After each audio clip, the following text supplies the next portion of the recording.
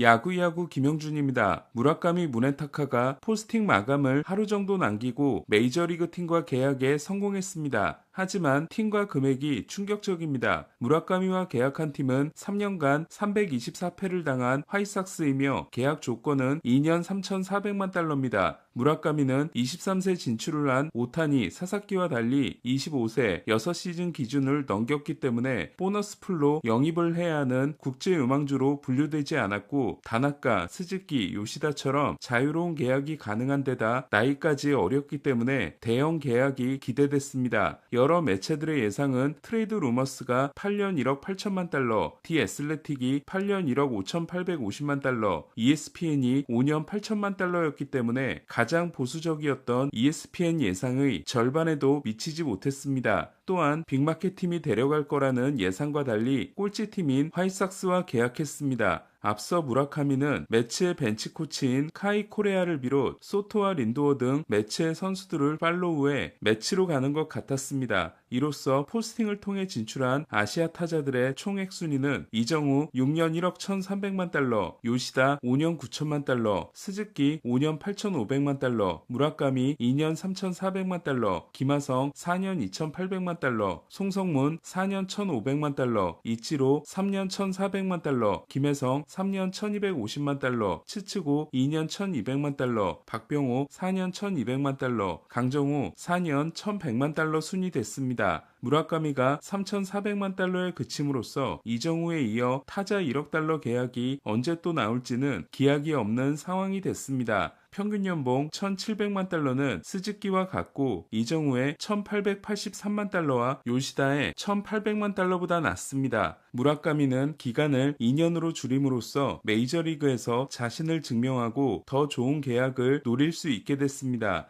포스팅으로 진출한 선수는 첫 번째 계약이 끝남과 동시에 FA가 됩니다. 이시이 가즈이사 때 1,126만 달러, 이와무라 아키노리 때 450만 달러, 아오키 노리치카 때 250만 달러를 이적료로 받았던 야쿠르트는 무라카미가 3,400만 달러 계약에 그침으로써 657만 달러를 받게 됐습니다. 반면 오릭스는 요시다 때 1,540만 달러, 야마모토 때 5,062만 달러를 받았습니다.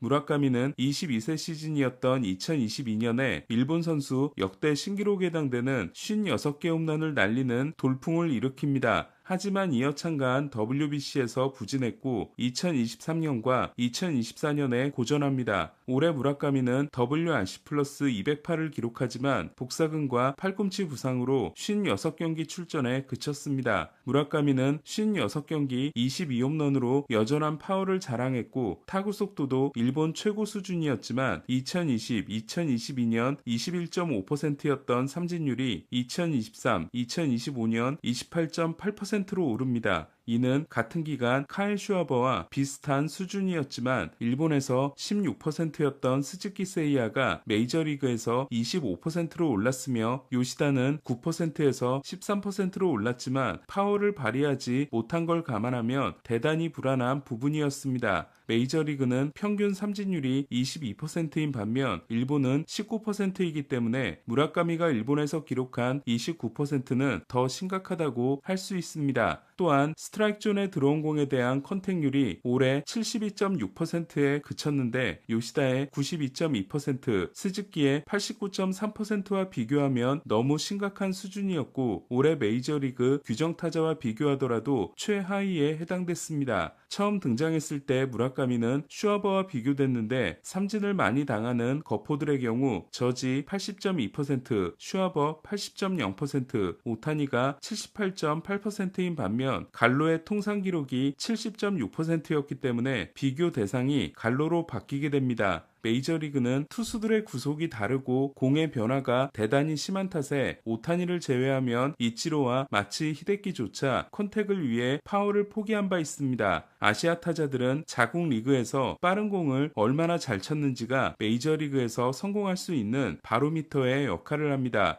무라카미는 150 이상을 상대로 2022년에는 타율 3할 2푼 7리, OPS 1.264였지만 2023년 타율 1할 2푼 8리, OPS 522, 2024년 타율 1할 9푼, OPS 719, 2025년 타율 9푼 5리, OPS 446에 그쳐 너무 심각한 모습을 보였습니다. 일본 야구 통산 타율 3할 5리, OPS 982를 기록한 스즈키, 타율 3할 7푼 1리, OPS 1.112를 기록한 요시다와 비교했을 때 너무 심각한 수준이었습니다. 이는 일본을 대표하는 거포였지만 마지막 시즌의 삼진율이 30.4%였고 강속구에 약점이 있었던 츠츠고 요시토모와 같다고 할 수 있습니다. 츠츠고는 메이저리그에서 3시즌을 뛰었지만 끝내 속도에 적응하지 못하고 타율 1할 9푼 7리, OPS 630을 기록하고 돌아갔습니다.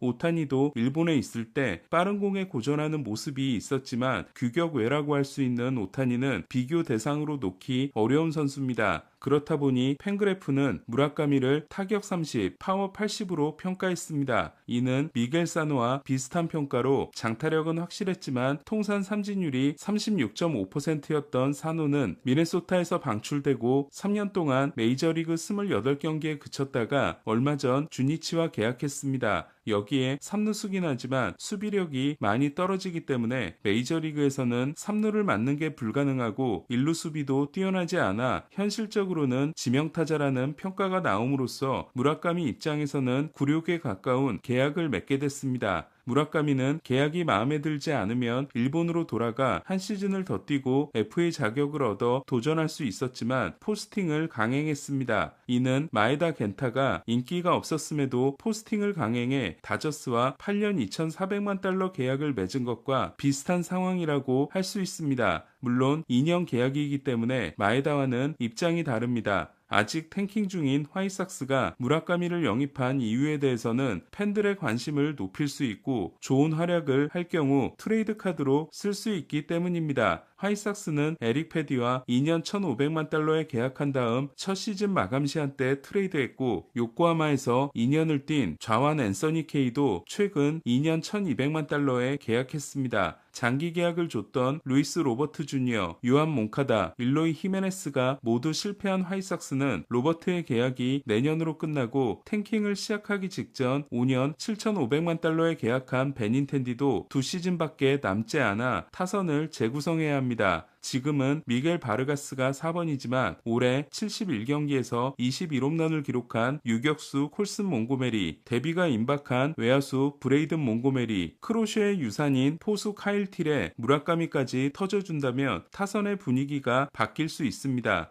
팬그래프는 화이삭스 예상 타순에 무라카미를 7번 1루수로 넣었습니다. 송성문에 이어 무라카미도 계약이 확정됨으로써 이제 포스팅 진출 선수는 이마이 타치야, 오카모토 카즈마, 다카하시 코나가 남게 됐습니다. 이마이는 1월 3일, 오카모토와 다카하시는 1월 5일이 포스팅 마감일입니다. 오늘 소식은 여기까지입니다. 야구야구 김영준이었습니다.